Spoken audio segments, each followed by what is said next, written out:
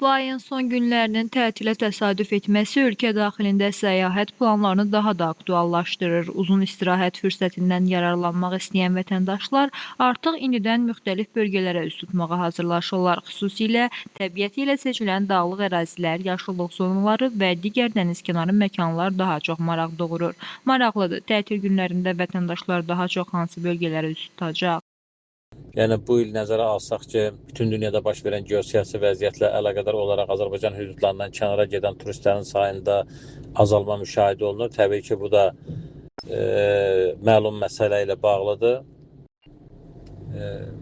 Bu da öz növbəsində yerli turistləri bölgələrimizə daha çox üstünlük verməyə imkan yaradır.